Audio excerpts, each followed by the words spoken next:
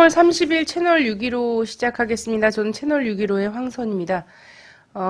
참으로 중요한 시절을 지금 통과하고 있다라고 많이들 느끼고 계실 것 같습니다. 그만큼 또 국내 정세도, 정치 정세도 그렇고, 그리고 한국을 둘러싸고 있는 지금 그 한반도 정세, 특히나 북미 관계, 남북 관계 이런 것들이 굉장히 첨예한 시기를 지나고 있는데요. 우리 국민들이 이런 것들에 대해서 지금 굉장히 관심이 높아져 있는 상태다 이런 생각이 들어서 저희도 채널 6.15도 뭐 그런 내용으로 또 준비를 했습니다. 오늘 해관보 정상회의 26일, 27일 날 끝났는데요. 예, 해관보 정상회의 내용에 대해서 한번 되짚어보고 거기서 보여줬던 미국 정부의 행보, 특히나 오바마 대통령을 통해서 볼 수 있었던 미국의 지금 입장 이런 것들을 좀 분석해보는 시간 갖도록 하겠습니다. 예, 출발하겠습니다.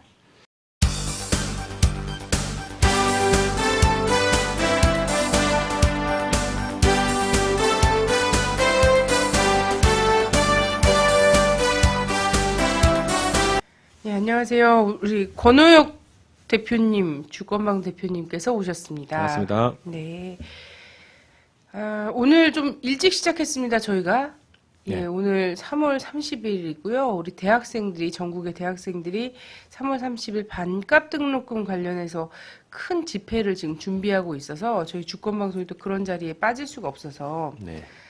약간 방송 시간을 앞당겼습니다. 그래서 저희 팬들이 굉장히 많으신데 이게 지금 좀 옮겼더니 평소에 한 10분의 1 정도밖에 안 오셨네요. 용기 찾아서 오셨네요, 다른 분들. 네, 늘 켜놓고 계시는 분들이 좀 계시고 이러니까. 자, 해관보 정상회의가 끝났습니다. 그렇게 호들갑을 네. 엄청 떨었는데 어쨌든 끝나긴 끝났네요. 예, 이 회의에 참석하기 위해서 이 한국에 온 50명의 정상들이 있지만 그 중에서도 뭐 언론에서도 그렇고 특출난 행보를 많이 했던 오바마 대통령이 있죠. 네. 오바마 대통령의 행보를 우선 짚어보겠습니다. 네. 그 오바마 대통령이 오산공항에 내려서 처음으로 간 곳이 DMZ였어요. 네, 맞습니다. 네. 사실 비무장지대라고 얘기하기에는 좀 뭐하죠. 왜냐면 뭐 비무장지대라고 얘기는 하지만 굉장히 많은 무장이 땅속에 열점지대라고 할 수 있죠. 예. 네. 이렇게 묻혀 있고 이런 곳인데요. DMZ에 이분이 왜 갔습니까? 뭐 한국에 보통 이제 미국의 대통령이 오면 주로 이제 퍼포먼스를 하기 위해서 DMZ를 많이 갔죠. 근데 그 김대중 정부 시절에는 그 부시가 방한을 해가지고 도라산역을 가가지고 그 철도 침목에다가 글을 쓰고 온 그런 경우는 있었죠. 자, DMZ라고 하면 뭐 첨예한 이제 군사적 대결 지역이고 여기에 그 미국의 대통령이 갔다 하는 건 두 가지 상징적 의미가 있을 것 같아요. 하나는 한국이 그 미국 대통령의 지휘를 받는 군대를 가지고 있는 나라구나 이런 것을 여지없이 보여주는 그런 장면일 수 있고요. 또 하나는 주로 이제 간 이유가 이제 대북 메시지를 상징적으로 보여주기 위해서 이제 그 DMZ를 가게 되는 거죠. 이제 연례 행사로 보통 이렇게 가는데 올해는 제가 볼 때 한 두 가지 의미가 있었던 것 같아요. DMZ라고 하는 그 지역을 갔던 이유는 하나는 3월 초에 이제 그 북에 김정은 최고사령관이 이제 판문점을 시찰을 한 적이 있지 않습니까? 그래서 시찰할 당시에는 뭐 전혀 보도가 안 됐다가 나중에 북측에서 보도를 하고 나서야 이제 한국 언론에 보도되는 그런 일이 있었는데, 이게 붉은 대낮에, 어떠한 뭐, 그 방어 장치 없이 이제 북쪽에 이제 최고사령관이 DMZ를 방문하고 시찰했다. 그리고 뭐, 판문점 이제 정전협정 조인장까지 방문했다는 거 굉장히 큰 사건이거든요. 그리고 뭐 적대적인 관계에 있는 이제 한국과 미국군이 그것을 알아차리지 못했다 이건 또 수치일 수도 있고 하여튼 그런 일이 있었습니다. 그래서 그거에 대한 대응 차원으로 이 액션을 취하려고 갔던 것이 아닌가 이런 게 또 하나 예상이 되는 거고 또 하나는 이번에 이제 이 북미가 이제 합의 타결이 됐고 그 이후에 또 인공위성 발사 또 계획이 발표가 됐죠. 그래서 그거에 대한 뭐 미국의 어떤 강력한 어떤 메시지를 던지겠다. 그래서 그 장소를 이제 대인제트로 정한 것 아닌가 네. 그렇게 예상이 됩니다. 예. 자, 어쨌든 오바마 대통령이 DMZ에 간 것이 많은 사람들한테 굉장히 즐거운 일이라기보다는 좀 위기감, 도대체 왜 거길 가는가 이런 느낌을 줬던 것 같아요. 예. 워낙에 그 미국 대통령의 특히 한국에서의 군사 지역에 대한 행보는 민감할 수밖에 없습니다. 왜냐하면 기술적으로 한국은 전쟁 상태니까 특히나 북미 간의 전쟁 상태이기 때문에. 요렇게 그 예민한 지역에 가는 것과 관련해서 많은 사람들이 긴장 어린 그 시선을 보낼 수밖에 없는데요. 그럼 DMZ에 가서는 무얼 하셨습니까, 이분이? 자, 보니까요. 재밌어요. 이게 기사가 이제 조선일보에 나온 기사인데, 기사를 거의 이제 뭐, 하나하나 이제 그 오바마의 그 행보를 추적하듯이 기사를 썼는데, 조선일보요? 네, 조선일보 나온 기사입니다. 네. 판문점 공동경비구역을 방문해서 군사분계선에서 불과 100m가 떨어진 한국군 초소에서 북한을 둘러봤다. 이제 이렇게 하는 겁니다. 오바마 대통령은 방탄유리 뒤에 위치해서 망원경으로 한반도를 가로지르는 DMZ를 훑어봤고 10분간 망원경으로 먼저 북한 쪽을 이어 남쪽을 봤다. 요게 이제 그때 그 장면이에요. 네. 그러고 나서 이제 그 4km 떨어진 미군 기지 캠프 보니파스에서 이제 50명의 미군들 앞에서 이제 연설을 했어요.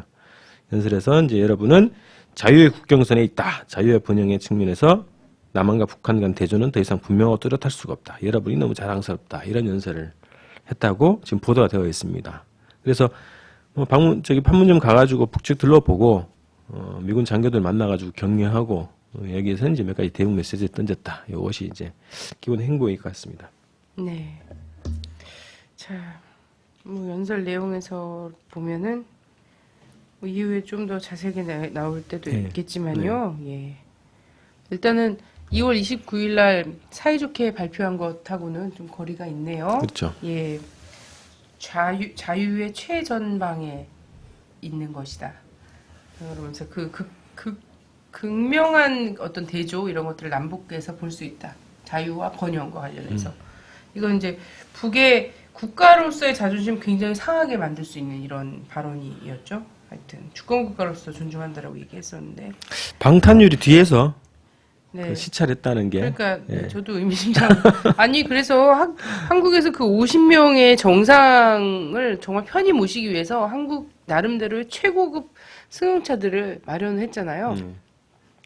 근데 그 중에서 유일하게 이분만 본인이 갖고 온 승용차를 타겠다며 미국 차를 탔죠? 그 미국 차였나요? 하여튼 뭐 캐딜락 이런 걸 네네. 탔습니다. 그래서 그게 실제 뭐예요? 문 두께가 17cm? 폭탄에 예. 이제 대비한 그런 방탄 차량이죠. 네네. 그래서 이런 17cm 뭐 이런 걸 타고 그게 시속 하여튼 엄청 기어다니는 차래요. 그도 그럴 수밖에 없겠지만. 그랬다고 하더니 여기도 일단 가긴 갔는데 방탄유리 뒤에서 망원경을 들고 10분간이나 구경을 하고 그리고 나서의 이제 연설 내용이 그런 거였죠. 그러면 여기서 대북 메시지는 그러면 뭡니까? 꼭 집어서.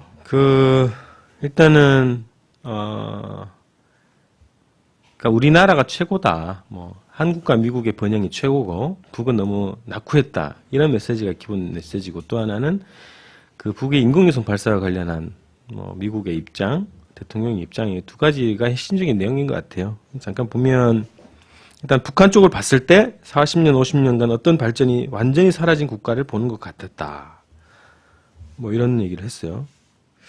자, 그래서 이제 그 미국의 대통령이 그 북미 간의 합의를 통해 가지고 북과 미국 간의 이제 주권 존중을 하고 정년협정을 유지하고 평화협정으로 가기 위한 행보를 가겠다 이런 합의를 했던 것이 엊그제였는데 여전히 그 오바마 대통령 자체의 머릿속에서는 낙후한 북한 이런 생각으로 꽉 차 있다는 거죠.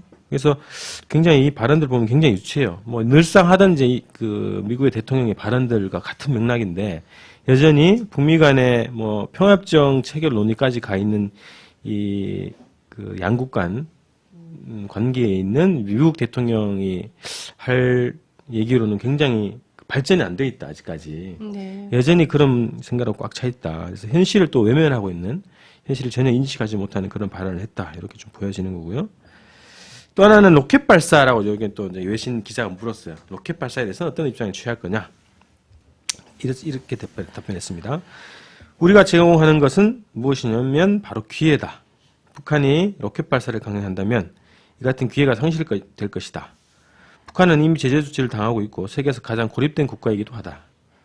북한이 유엔 안보리 결의안을 위반할 때마다 추가적인 더 강한 제재 조치가 시행되는데 이번에도 이런 일이 일어날 것으로 생각한다. 북한은 큰 군중대회를 통해 무기를 과시하는 것보다는 다른 선택을 하기 바란다. 뭐 이런 입장으로 얘기를 했습니다. 네. 메시지를 크게 이제 두 가지 던진 거죠. 우리가 더 잘 산다. 뭐 자랑하는 거, 우리가 최고다. 뭐 굉장히 유치한 발언을 했고, 또 하나는 로켓 발사에 대해서 기회가 사라질 것이다. 유엔 안보리 또 결의로 또 제재로 또 갈 것이다. 이제 이런 또 메시지를 던진 거죠. 네. 저는 이게 신기해요. 원래 초등학교 다니는 그 자식들이 와서 애들이 이렇게 초등학생 애들이 모여갖고요. 야, 니네 집에 이거 미제 지우개 있어? 뭐 이런 거 있잖아요. 예. 우리 냉장고 안에는 뭐 캐비어도 있고 뭐예요? 가재 요리도 있고 뭐 이런 것도 있는데 니는 김치밖에 안 먹냐? 이렇게 얘기하면 그 아이의 그 교육에 대해서 우리 문제의식이 들잖아요. 그렇죠. 근데 가정교육이 잘못된 거죠. 가정교육이 완전 잘못된 거잖아요. 이거를 그냥 그 돈을 갖고, 아, 내가 잘 사는 집 자식이라, 뭐 좀 못 사는 집 자식 같은 그런 친구는 좀 홀대해도 되고, 그죠? 하대해도 되고. 이렇게 생각하는 걸 우리는 제대로 그 품성이 된 아이라고 보지 않거든요. 근데 이게 일국의 대통령이라는 사람이 그렇죠. 다른 나라에 대해서 이야기하는데 이렇게 얘기를 한 거거든요. 근데 사실 또 이것이 다 맞는가 하면은 그렇지도 않다는 거예요. 최근 이제 미국에 대한 책들이 막 쏟아져 나오고 있지 않습니까? 거기서 딱 보면은 어때요? 한국 국민만큼의 5천만의 사람들이 뭐 홈리스로 노숙 생활을 한다고 하잖아요. 미국이? 미국이 주 재정이 파탄나서 어떻게 국도에 차선이 없대요. 이게 무슨 질서의식이 엄청 투철해갖고 차선이 없고 막 이런 게 아니라 주 재정이 파탄나서 차선이 없고. 자선을 그을 재정이 없다. 이런 네네, 거죠. 그런 거죠. 그걸 다시 정비할 재정이 없는 거예요. 아스팔트를 깔아야 되는데 아스팔트를 깔기엔 돈이 너무 많이 들어서 자갈을 깔고 있잖아요, 도로에. 이게 지금 미국의 형편이에요. 근데 그거 갖고 우리가 단지 그것만 해갖고 미국이 그럼 왜 이렇게 됐는가에 대해서 짚지 않고 단지 그것만 해갖고 미국을 비아냥거리거나 그럴 수는 없잖아요. 예, 우리는 또, 예, 교양이 있고 하니까. 네. 품성이 되고 하니까. 근데 미국은 그렇지 않다는 거예요. 그런 메시지를 던진 거죠. 그래서 미국 제가 볼 때는 이 대통령 보좌관들이 문제예요.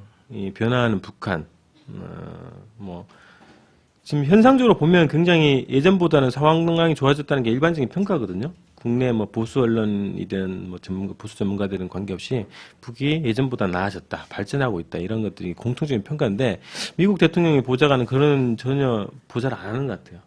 그래서 뭐 예전에 뭐 70년대, 80년대에 있었던 그런 대결관념, 대북 관점을 가지고 여전히 옛날 책 가지고 공부를 하고 있다. 그래서 빨리 보좌관들이 현실 인식을 잘하고 현실적인 보좌를 잘 해야 된다 지금 그런 생각이 들었습니다. 네, 그리고 그래서 어쨌든 기본은 되게 비교 인류학적인, 비교 정치학, 뭐 이런 것들 다 있잖아요.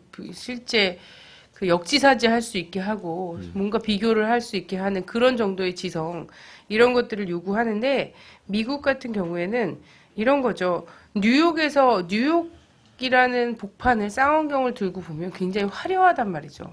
화려하고, 그렇잖아요. 고층 빌딩과 네온 사인이 완전 삐까번쩍하고, 이런 표현 좋지 않죠? 번쩍번쩍하고. 예. 그런데 그런 것이 뭔가 정상적이다라고 느끼는 사람들이 동남아나 아프리카나 그죠? 그 서방에서 볼 때 오지 이곳의 생활을 보면은 이해가 안 된다는 거예요. 굉장히 수준 낮은 걸로 보인단 말이죠. 그래서 물 위에다가 갈대잎으로 집을 짓고 사는 사람들은 되게 업수이 여기고. 근데 아니, 그렇지 않다는 거죠. 그 사람들 안에서의 생활과 나름대로의 제도와 나름대로의 행복과 이런 것들이 있는 건데, 그렇지 않고 계속 미국식 잣대를 갖고 들이대면서 니네가 이러니까 니네는 뉴욕과 다르니까 워싱턴과 다르니까 니네는 불행해. 이런 얘기를 하는데, 이게 특히나 자본주의 국가가 아니라 사회주의를 채택한 국가에 대해서는 더욱더 이런 칼날이, 사실은 그 사회에서는 이런 잣대와 이런 칼날이 없습니다. 그런데 이걸 계속 들이대고 있는 거죠. 그래서 40년, 50년간 국가 발전이 완전히 사라진 곳이다 라고 얘기하는데, 저는 남북에서 전부, 남쪽에서, 판문점 남쪽 지역에서도 북을 봤었고요. 판문점 북쪽 지역에서도 남쪽을 봤었어요. 예, 그런 사람으로서 판문점 북쪽 지역에서 바라보이는 남쪽도 대단히 한계적이에요. 우리가 알겠지만 강원도 산골짜기 들어가서 의 삶과 서울 도심에서의 삶이 되게 다른 것처럼, 거기서 보여지는 남쪽에서 보여지는 이 삶과 또 남쪽에서 북쪽을 봤을 때 보여지는 삶은 대단히 한계적이고 한계가 느껴지고 그렇다는 거예요. 그래서 크게 막 다르지 않더라라는 건데, 여기서 모르겠어요. 방탄유리에 몸을 숨기고 10분 동안 쌍안경에 눈을 갖다 대고 얼마나 많은 것을 봤을지 모르겠지만 이런 얘기들을 한다는 거죠. 보통 이제 이 보수 언론들이 하는 얘기는 휴전선 가까이 있는 마을들은 굉장히 화려하게 짓는다. 북이. 별로 그렇지 않았던 그 대외 선전을 위해서 잘 산다는 걸 보여주기 위해서 오히려 더 화려하게 짓는다고 얘기했는데, 이 사람이 뭘 보고 왔는지 잘 모르겠어요. 어쨌든 40년, 50년간 국가 발전이 완전히 사라진 나라를 미국이 이기지 못해서 매일매일 안달복달하고 있다는 것도 상당히 웃기는, 예, 국제정치 그 무대에선 굉장히 웃기는 상황이죠. 4, 50년간 국가 발전이 완전히 사라진 나라 하나를 못 잡아먹어서 늘 이를 갈고 어떻게든 뭘 해보려고 하는 거잖아요. 최근에 보니까 이 유튜브에 주로 많이 나온 영상이에요. 뉴욕 지하철에 쥐가 그렇게 들끓는다는 거예요. 그러니까요. 그 영상 보는데 너무 징그럽더니. 그리고 그렇지 않아도 쥐를 좋아하지 않는데, 예. 우리 국민들 쥐를 다 싫어하잖아요. 다 싫어하는데 그 쥐가 때로 돌아다니고 막 그러니까요. 이런 게 예. 나오니까. 이 사람을 올라타고 막 그런 장면들이 나오고요. 그 이가 또 그렇게 또 많다는 거예요. 그래서 북쪽은 4, 50년 멈췄다고 얘기를 했는데, 미국은 오히려 4, 50년 전으로 돌아가고 있는 지금 형국이라는 거죠. 네. 근데 중요한 건 쥐가 많을 수도 있고 이가 많을 수도 있어요. 근데 그거 갖고 저는 미국을 싫어하거나 혐오하지 않는다는 거예요. 미국이 그렇죠. 국제정치 무대에서 보이는 이런 오만한 거. 좀 엄청 이가 많은 나라가 있을 수 있죠. 그렇지만 그 나라가 세계 평화를 위협하지 않는 한 그 나라의 이 때문에 그 나라 사람들 특별히 미워할 필요는 없다라는 거예요. 근데 미국은 그렇지 않다라는 거죠. 네, 자, 외대에 강연 가지 않았습니까? 네. 그래서 외대 주변의 사람들이 깜짝 놀랐죠. 그렇죠. 왜냐면 병력이 엄청 많이 배치돼 갖고 외국어대 주변에서 지금 학생 데모가 많이 사라진 게 꽤 됐거든요. 꽤 됐는데 여기에서 전경들이 갑자기 깔리고 이러니까 주민들이 깜짝 놀랐다고 해요. 그래서 외대 강연에 대해서 여러 가지 말들이 있는데, 네. 예, 어떤 일들이 있었는지 좀 소개를 해주시죠. 자, 우선 지금 DMZ 방문한 거랑 외대 특별 강의를 느닷없이 진행한 것도 보면 다 쇼예요. 오로지 이제 오바마 대통령 미국의 위상을 과시하고 이런 것들에 다 동원된 거란 말이죠. DMZ도 동원된 거고 외대 학생들도 동원됐다는 겁니다. 그런 배경이 있다는 거고요. 두 가지가 있었어요. 오바마 대통령의 특별 강연을 위해서 오전에 다 휴강을 했다는 겁니다. 자, 외대는 이제 그 신의문에 있는 외대 캠퍼스거든요. 거기에서 특강을 했어요. 했는데 용인에 있는 외대 분교인가요? 분교인지 모르겠는데 캠퍼스 외대 용인 캠퍼스까지 다 휴강을 했다는 겁니다. 자, 이해가 안 되죠. 강의를 들으려고 하는 사람들만 휴강 신청을 하고 휴강 신청을 하고 이제 들었으면 모르겠는데 다 이제 휴강을 했다는 게 하나가 있고, 또 하나는 여기에 외대 학생들 명단을 다 대사관에 넘겼다는 거예요. 미 대사관에. 그래서 대사관이 선별할 수 있게끔 조치를 취했다는 겁니다. 자, 그래서 신상 정보들이 다 미국 대사관으로 넘어갔어요. 그래서 제가 볼 때는 이 외대 학생들이 요거 관련해서 항의를 하고 뭐 배상 책임을 요구하든가 뭐 해야 될 것 같은데 크게 이제 그런 두 가지 일들이 있었고요. 또 하나는 뭐 최근에 또 뉴스를 딱 보니까 뭐 수강 태도 오바마 대통령이 특별 강의하는데 그걸 듣는 태도가 별로 안 좋았다. 그래서 뭐 핸드폰 만지고 뭐 둘이 잡담하고 뭐 이런 식의 개념 없는 행보를 했다. 이런 것들이 또 비난하는 뭐 기사들이 나와 있어요. 어디서 그런 기사를 냈죠? 모르겠습니다. 어느 보수 기사인지 언론. 예, 보수 언론에서 그런 기사를 다뤄줬는데 왜 태도가 왜 그러냐 이런 식의 이제 비난성 기사가 그럼 또 쓰이더라고요. 군부대를 갔어야지. 아니 학생들이 네. 이렇게 수강 태도가 굉장히 좋은 걸 바랬으면 한국 군부대에 역시나 가서 그러면 딱 그 정자세로 앉아서 할 수 있었을 텐데. 그렇죠. 그러네요. 그래서 젊은이들을 만나서 대화를 나눴다 이런 이제 모양새를 취하고 싶었던 것이 있는 거고 또 하나는 그 대북 메시지를 던지기 위한 퍼포먼스로 다 동원된 거라는 거예요. 외대 학생들이 그런 의미가 있었던 거죠. 네, 그러면은 오바마가 특강을 했는데 네. 그럼 그 내용은 어떤 걸로 한 거죠? 여기도 마찬가지로 뭐 대북 메시지와 핵무기에 대해서 몇 가지 얘기를 했어요. 첫 번째가 이제 미국은 북한에 대한 적대적 의도가 없고 평화를 위해 노력하고 있다. 미국은 관계를 개선할 준비가 됐고 북한의 엄마와 아이들에게 영양 지원을 제안한 것도 그런 이유였다. 요게 이제 하나고요. 또 하나는 핵무기 추구는 북한의 안보를 악화시키고 북한을 고립시킬 것이다. 도발에는 보상이 없을 것이며 그런 시대는 끝났다. 요게 이제 그 대북 메시지의 한 축이에요. 강원. 그 부분만 사실 닿죠. 네. 이제는 도발에 보상은 없다. 네, 없다 이런 거죠. 그래서 이게 모순적인 그 입장을 밝힌 거예요. 관계 개선할 준비가 돼 있는데 보상은 안 한다. 그래서 자기들이 대북 식량 지원을 하는 것이 보상 차원에 하는 것이 아니다. 뭐 이런 것을 또 나름대로 명분을 만드는 그런 발언이었다고 볼 수 있는 거고요. 또 하나는 핵무기에 관련해서 얘기를 했어요. 핵무기 없는 세상 관련해서 미국은 핵무기를 사용한 유일한 나라로서 도덕적 책무가 있고 이건 좀 얘기를 잘 했어요. 나는 아버지로서 핵무기가 한순간에 모든 것을 지워버릴 수 있는 세상에서 두 딸이 살기를 바라지 않는다. 뭐 이런 얘기. 그것도 저랑 뭐 깊이 동감하네요. 그죠? 네. 자, 그런데 그런 생각을 함에도 불구하고 행보는 전혀 이제 반대되는 행보가 나오는 건데, 하여튼 크게는 대북 메시지, 핵무기 없는 세상에 대한 자기의 소회, 견해 이런 것들을 밝혔던 그런 내용입니다. 그거예요. 네. 알겠습니다. 근데 질문을 안 했나 몰라요, 학생들이. 질의응답 시간을 아예 주질 않았다고. 그래요. 그래서 질문을 했으면 정말 재밌는 질문이 나왔을 것 같은데. 근데 뭐 어쨌든 일단 미대사관에서 개인정보를 학교 측에서 유출한 거죠. 학교 측에서 유출해서 미대사관을 받아서 걸렀잖아요. 그렇죠. 아마도 나름 신상조에 다 털어봤을 것 같은 생각이 드는데요. 그런 학생들을 모아놓고 그러고선도 사실 오바마 미국 대통령이 세계 어느 곳에 간들 어쨌든 미국의 패권과 관련한 것 이런 것에 대한 날카로운 질문이 없을 수 있겠습니까? 그래서 그랬는지 아예 질문을 받지 않았다고 얘기를 들었어요.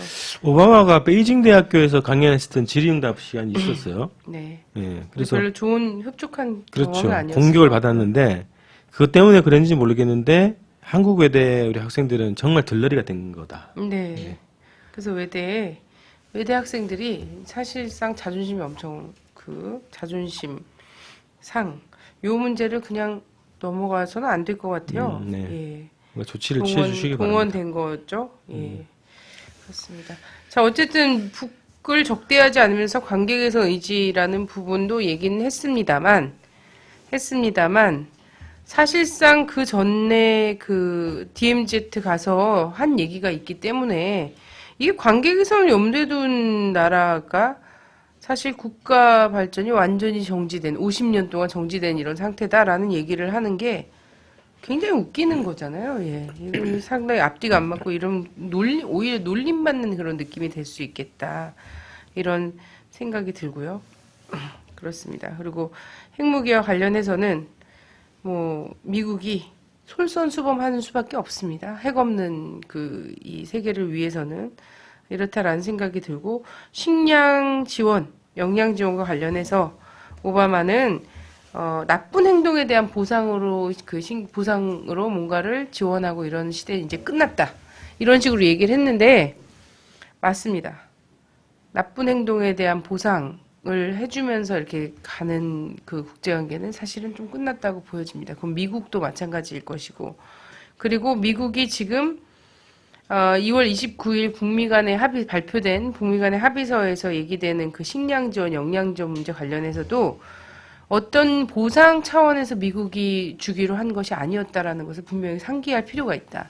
이거는 대화를 재개하기 위해서 미국이 먼저 제안한 50만 톤 중에 일부다라는 것을 오바마 대통령이 정확하게 인식을 하지 않으면 이거는 그 굉장히 뭐라 그래야 될까요? 사실과 다른 것을 억지로 얘기하고 있는 게 되는 거죠.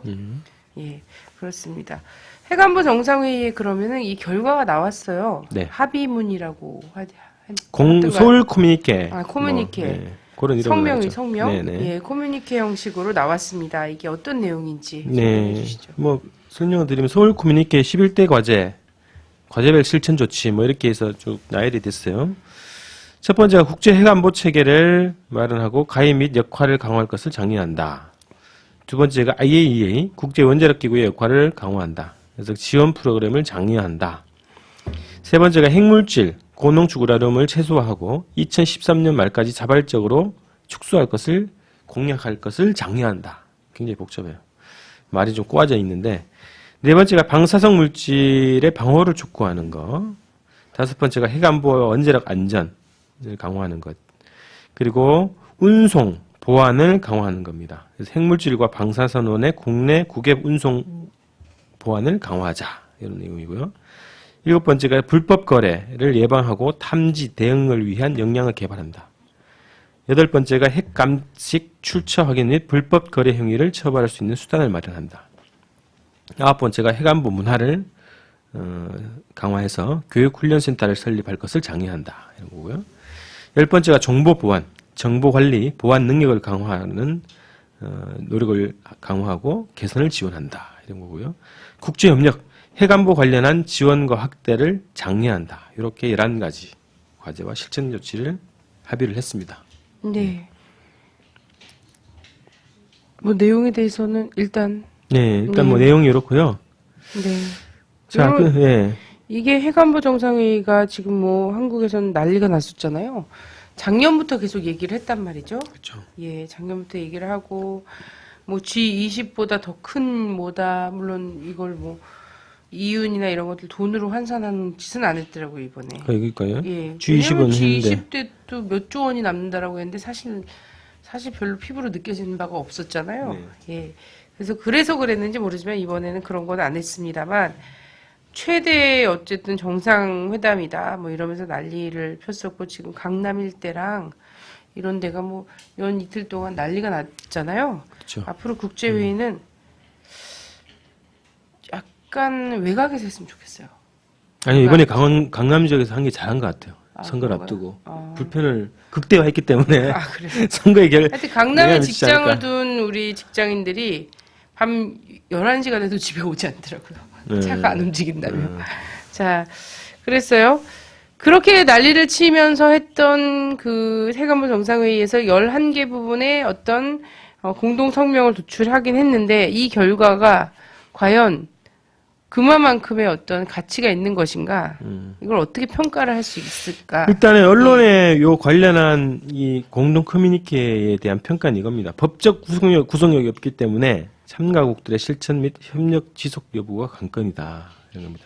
그러니까 지금 모여서 결의대회를 하는 거라고 보면 그렇죠. 되나요? 으쌰으쌰만 했지 네. 이것이 뭐 어떤 국제법적인 구속력이 없다는 거예요. 안 하면 처벌하고 이런 게 없고 그래서 보면 뭐 역할을 강화할 것을 장려한다, 촉구한다.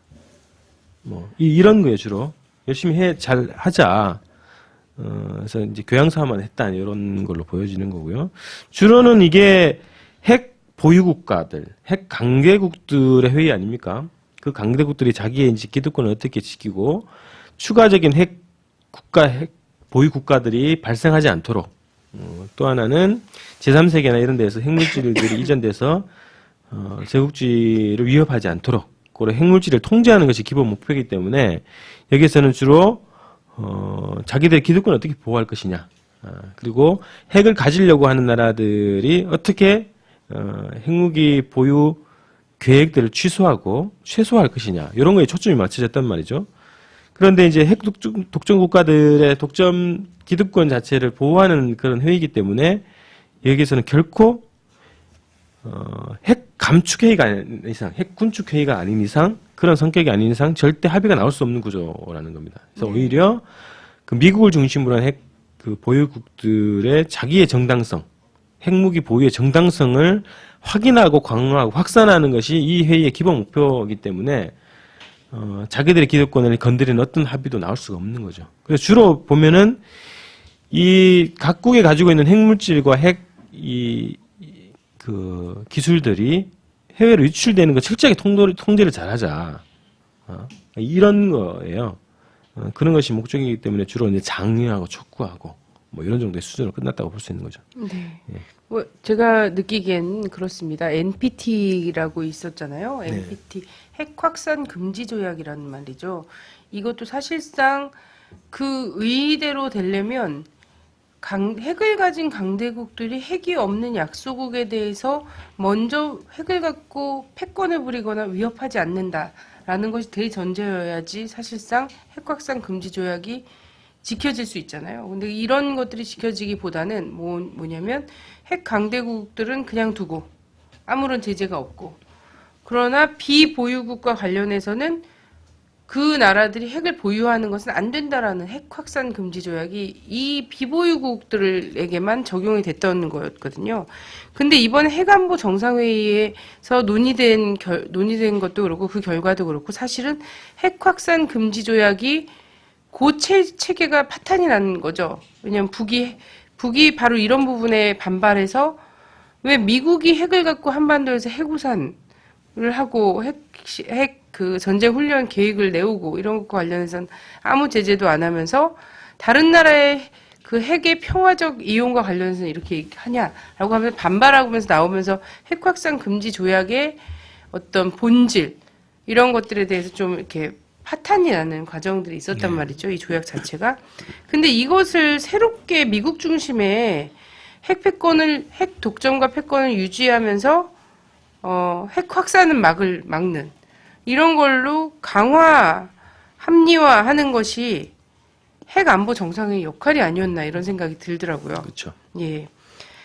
그래서 이번 회의가 이제 그래서 그렇겠죠. 평화요인들의 기대와는 전혀 다른 내용과 논의를 했단 말이죠. 그런데 이 회의에서 핵심적으로 논의했던 사안들은 방금 제가 말씀드린 이런 내용이었겠죠. 그렇죠. 예. 보다 추가를. 그래서 예. 가장 또 이 핵안보 정상회의가 원래는 이제 목적이 그거였단 말이죠. 미국 중심의 핵 독점 패권을 어떻게 유지 강화할 것이냐. 네. 그래서 추가적인 그 핵 보유국들이 어떻게 하면 억제시킬 것이냐. 이런 것들은 이제 명분을 만들고 국제적인 체제, 미국 중심 핵 독점 체제를 유지하기 위해서 어떻게 할 것이냐의 목적을 가지고 탄생한 회의였단 말이죠. 그래서 애초에 이제 이런 논의가 나올 수 없는데, 원래는 지금 가장 심각한 문제가 지금 원자력 안전 문제거든요. 네. 불과 이제 1년 전에 이제 후쿠시마 원전이 사고가 나가지고 지금까지도 계속 이제 핵물질이 유출되고 있는데, 그래서 그러면 핵 안전 문제에서는 핵무기의 독점 문제뿐만 아니라 핵 군축 문제, 그다음에 핵 원자력의 안전 문제를 어떻게 세계적인 차원에서 보호할 것이냐, 이것이 주요한 관심사 중에 하나였던 거죠. 그래서 이제 환경운동가들뿐만 아니라 평화적 상식적인 생각을 가진 사람들은 지금 만약에 핵안보 정상회의가 열리게 되면 전 세계적인 원자력 안전 문제를 어떻게 해결할 것인지, 이 논의를 미래 세대, 세계 인류의 안전을 위해서 이 나라 대표들이 와서 어떻게 이 문제를 해결할 것인가에 대한 논의가 있을 것으로 기대했고, 그렇게 해야 된다고 이제 주장을 해왔던 거죠. 근데 이 문제가 전혀 논의되지는 않았고, 오히려 원자력을 어떻게 안전하게 더 많이 지을 것이냐, 이런 논의가 사이드 회의에서 진행됐다는 거죠. 그래서 핵 마피아들이라고 표현이 됩니다. 그래서 원자력을 팔아서 먹고 사는 그 세력들, 그 집단들이 별도의 회의를 열어서 원자력을 어떻게 더 확산할 것이냐, 안전하게 더 많이 지어서 확산시킬 것이냐, 이런 논의를 별도로 했다는 거죠. 그래서 이 핵안보 정상회의가 비난받는 이유가, 핵심적인 이유가 그겁니다. 그래서 핵안보 정상회의가 정말 핵 없는 세상, 오바마 대통령이 주창하고 있는 핵 없는 세상을 향해서 출발하는 그런 회의였다라는 것을 증명하기 위해서는 두 가지가 있어야 됩니다. 전 세계 이 핵무기를 가진 국가 정상들이 모여서 핵군축 회담을 시작을 하는 거죠. 그 다음에 원자력을 어떻게 축소, 감소시키고 원자력에 의존 않는 에너지를 창출할 것이냐, 이런 두 가지 논의를 시작을 해야 오바마의 핵무기 없는 세상, 핵 없는 세상이 진정성 있는 주장이다, 이렇게 볼 수 있겠습니다. 네. 핵안보 정상회의 기간에 이명박 정부는 특히나는 북의 인공위성 발사와 관련해서 이걸 국제 사회에서 좀 논의를 제발 해달라, 이런 네. 태도로 이게 중심 그 역할이었다라는 평가가 있어요. 자, 이명박 정부가 주로 목적한 이유는 저겁니다. 그 북핵 문제를 부각시키는 것이 원래 이 핵안보 정상회의를 통해서 부각시키려고 했던 첫 번째 목적이었죠.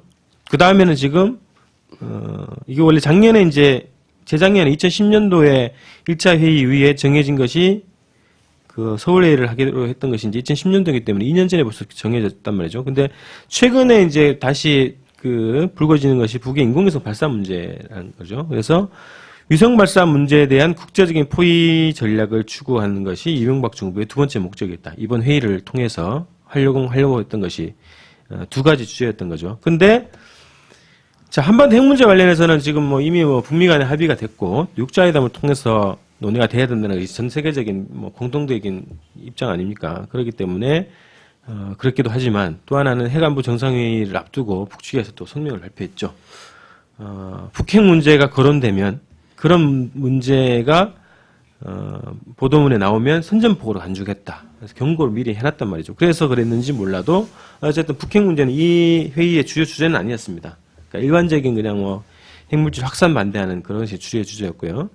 그래서 그 부분은 빠졌는데 어쨌든 당면한 사안인 북한의 이제 인공위성 발사 문제에 관련해서 미국과 특히나 이명박 정부는 이 사안을 가지고 세계적인 여론을 만드는 데 집중을 했습니다. 그래서 핵안보 정상회의의 기본 의제로는 될 수 없다는 것이 이미 확인이 됐기 때문에 핵안보 정상회의에서 로켓 발사, 유성 발사 이 문제가 정식 의제화는 되지 못했어요. 그런데 양자회담 통해서 정말 분단위로 지금 양자회담을 진행했다고 이렇게 지금 보도가 나오고 있거든요.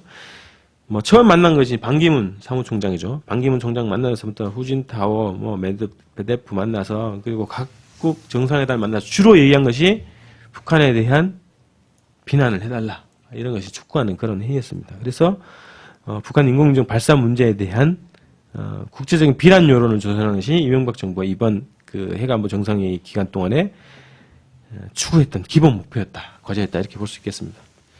네. 저는 그렇습니다. 국제회의장이라든지 국제무대에서 한국의 정치인들이 한반도의 통일을 좀 지지해달라, 6.15 공동선언 이행에 대해서 지지해달라 이러면서 읍소하고 사정하고 다니는 거, 지지해달라라고 당당하게 또 요구하는 거, 이런 모습을 좀 봤으면 좋겠어요. 근데 지금 계속해서 이제 최근에만 보여주는 것만 해도 그렇지 않습니까? 북핵 관련해서 좀 크게 떠들어 달라. 천안 관련해서도 난리였죠, 그때. 천안 관련해서도 규탄 성명을 내달라 이러면서 다녔죠. 근데 그게 잘 접수가 안 됐었죠. 그리고 최근에도 탈북자 문제로 갔다가 지금 유엔 제네바까지 가갖고 막 이렇게 다 바지가랑이 잡으면서 막 이렇게 한 거죠. 그리고 이제 핵안보 정상회의에서는 북의 인공위성 발사와 관련해서 또 막 비토를 했다는 거죠. 근데 이러고 있는 사이에 일본에서는 독도는 자기네 땅이라고, 그죠? 그 편말을 한국 대사관 앞에다 갖다 놨다고요? 아, 그래요? 이런 거나 일본의 대다수 지금 교과서가 독도는 일본 땅이라는 이런 식으로 바뀌었다는 거예요. 이 동포와의 적대 전선, 이것에 정말 눈이 어두워서 실제 국가안보, 국토방위 이런 것들은 거의 다 내팽개치고 있다는 거예요. 이런 모습들 보여진 또 한 번의 예가 될 것 같고요. 해관보 정상회의 그러면 전반에 대한 평가는 어떻습니까? 네, 제가 볼 때는 이번 해관보 정상회의는 이명박과 오바마를 위한 행사였다 이렇게 볼 수 있겠습니다. 자, 이명박 정부는 해관보 정상회의를 통해 가지고 뭐 북의 인공위성, 북의 핵 문제 뭐 주요 주제가 아니었으니까요. 북의 인공위성 발사 문제를 미사일 도발로 규정하고 대북 강경 정책의 국제적인 이 명분, 국제적인 지지 명분을 넘는데 총력을 기울였던 회의였다 이런 거죠. 그래서 이 회의 공간을 그런 공간으로 써먹기에 충분히 노력했다. 뭐 일정한 소기의 성과도 뭐 거뒀던 것 같아요. 몇몇 그 국가 정상들의 발언들 몇 가지 좀 이끌어냈다는 거죠. 그 발언을 이끌어내기 위해서 얼마나 많은 뒷거래가 있었는지는 잘 모르겠지만 어쨌든 그런 발언들을 소수의 발언을 이끌어내기 위해서 총력을 기울였던 그런 회의였다. 그래서 이명박 자체를 위한, 이명박 정권을 위한 대한민국이 아니죠. 이명박 정권을 위한 그런 회의였다고 좀 평가되는 거고요. 또 하나는 이 회의 기간 동안을 이용을 해서 오바마는 자기의 대북 메시지를 던지는데 총력을 기울였다. 이런 거죠. 그리고 마찬가지로 이명박과 마찬가지로 대북 정책에 대해서 명분을 만들기 위한 자기의 정책의 확산장으로 활용했던 것이 해관보 정상회의다. 또 하나는 뭐 미국이 추천하고 미국이 이제 끌어모은 회의이기 때문에 어쨌든 이번 회의를 끝으로 세 번째 회의가 이제 네덜란드에서 2014년에 이제 열린다고 하는 거죠. 그래서 이 회의 공간을 통해서 미국의 핵독점을 더욱더 강화하는 미국 중심의 핵독점 체제를 더욱더 강화하는 그런 소기의 목적을 달성한 해관보 정상회의가 아니었는가. 그러나 법적 구속력이 없기 때문에 이 회담의 결과가 어떻게 유지될지, 더 강화될지, 후퇴할지 그건 알 수 없는 그런 회의가 됐을 거라고 보여지고요. 또 하나는 해관보 정상회의가 우리 국민들에게는 어떠한 것이었나. 한반도의 전쟁 위기, 한반도의 군사적 긴장을 더욱더 강화하고 또 하나는 그러한 군사적 긴장을 강화하는 이명박 정부의 정치적인 이 명분을 강화해 주는데 철저하게 써먹었기 때문에 오히려 국민들에게는 쓸데없는 회의였다.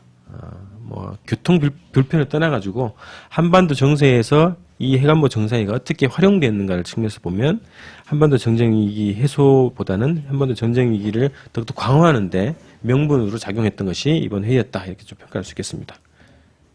네. 저는 뭐 그런 게 깝깝해요. 아무리 핵을 자기들이 많이 갖고 있고 해도 미국이 좀 이 회의를 소집했을 때 결과가 좀 뻔했잖아요, 사실은. 그렇죠. 미국이란 나라가 미국이 결심하고 할 수 있는 일이 굉장히 많습니다. 그럼에도 불구하고 이거를 꼭 국제무대로 이렇게 해서 뭔가를 하려고 한다는 것 자체가 굉장히 저희가 의심스러움에도 불구하고 50개나 되는 소위 핵과 관련해서 책임을 져야 하는 그 나라들에서 전부 또 와갖고 거기에 들러리처럼 앉아 있었다는 것 자체가 뭐 미국, 중국, 러시아 뭐 할 것 없이 저는 좀 그랬어요. 역시 아직 국제 질서라는 것이 가려면 좀 멀구나, 네. 멀었구나. 미국 중심의 이 거수기에서 아직도 가려면 멀었구나 이런 생각이 들었습니다. 그리고 해관보 정상회의가 진짜 평화를 위한 어떤 국제 회의의 장이었다라면 그 회의를 전후해서 이 평화 그리고 핵 위기가 가장 고조돼 있는 이 한반도의 정세는 더 많이 평화 쪽으로 갔어야 해요. 근데 해관보 정상회의를 앞뒤로 해서 오히려 한반도는 그 위기감이 더 고조됐단 말이죠. 그리고 어제도 막 나오지 않았습니까? 미국 고위층에서 수도권 일대가 불바다가 서울 불바다 가능성이 있다. 가능성이 높다 이렇게 나왔단 말이에요. 2,500만이 모여 사는 이런 식의 얘기들이 계속 되고 있는 거예요. 오히려 위험은 더 고조됐습니다. 평화회의를 서울에서 그 많은 시민들의 불편을 무릅쓰고 한 것과 관련해서 아무런 성과가 없다라는 거죠. 그리고 이 회의를 두고 이런 얘기들을 많이 했습니다. 도둑이 매를 든 격이다. 이런 얘기 많이 했어요. 본인들이 책임져야 할 일에 대해서 어느 쪽에다 대고서는 촉구를 하며 그리고 자기들이 그런 뭐랄까 입에 침도 바르지 않고 자신들의 권한과 권리와 이런 것들에 대해서는 강변한다는 거죠. 그래서 그러지 않았나 이런 생각이 듭니다. 제가 이게 그 예측을 안 했었는데 틀려버렸네요, 이번에. 네, 뭐. 원래 영국, 독일, 프랑스가 이제 불참을 했단 말이죠. 네. 그래서 이번 정상회의가 흥행 실패하겠구나. 그래서 중국과 러시아도 불참을 할 것이다. 이렇게 또 예측을 한번 했는데 틀려버렸네요. 그래서 아까 네. 말씀하셨던 것처럼 여전히 핵독점 국가로서의 그런 미국의 구도에서 자유롭지 않거나 오히려 거기에 또 묻어가려고 하는 중국과 러시아의 이제 움직임이 또 보였던 그런 과정이었습니다. 그렇습니다. 그래서 2010년도에 보여줬던 중국, 2010년도인가요? 2009년도? 2009년도에 네. 보여줬던 중국과 러시아의 그 한계성이라든지 이런 것들이 많이 괜찮아졌다고는 하지만 아직도 여전히 패권 국가로서의 뭐라 그래야 될까요? 야심? 이런 것들을 극복하지 못하고 있다라는 거고요. 그렇습니다. 불참해 주기를 바랬었는데. 네네, 그렇습니다. 그래서 저는 한국 정치에서도 그렇고요, 국제 정치 무대에서도 그렇고, 도둑이 매를 든 격을 너무 많이 받지 않습니까? 지금까지는 매를 들고 있는 게 거의 대부분 도둑이었어요. 근데 저는 올해를 좀 기점으로 해서 한국 정치가, 특히나 이제 뭐 4월 달에 또 총선도 있고요. 뭐 그렇습니다. 그리고 12월 달에 대선도 있고 하는데 이제 더 이상 도둑에게 매를 지어주는 그런 시대는 살지 말자. 매는 들어야 될 사람들이 듣고 매를 맞아야 될 사람들은 또 매를 맞고 그죠? 과거부터 현재 미래까지 좀 제대로 좀 세워보자. 이런 것이 있고 만약에 한반도에서 그런 변화가 시작이 된다면 국제 무대도 만만치 않은 변화에 당면하게 될 것이다. 이런 생각이 듭니다. 네. 예. 오늘 해관보 정상회의와 오바마의 행보로 그 한반도 정세를 좀 분석을 해봤습니다. 네, 감사합니다. 고맙습니다.